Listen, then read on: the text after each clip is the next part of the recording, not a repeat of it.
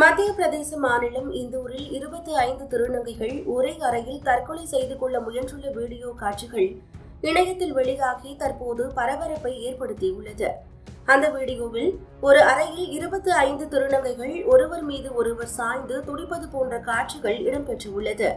சம்பந்தப்பட்ட 25 திருநங்கைகளும் மகாராஜ் யஷ்வந்த்ராஜ் மருத்துவமனையில் அனுமதிக்கப்பட்டு சிகிச்சை பெற்று வருகின்றனர்.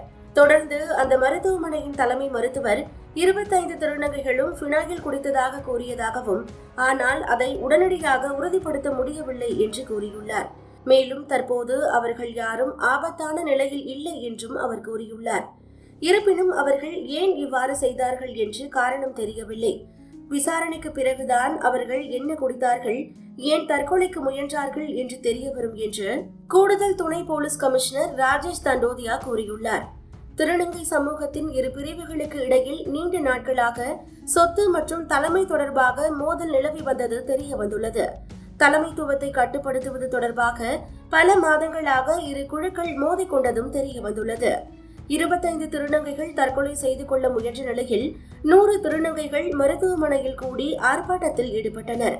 அவர்களை அணுக முயன்ற ஊடகவியலாளர்களையும் அவர்கள் தாக்கியதாக தெரிகிறது.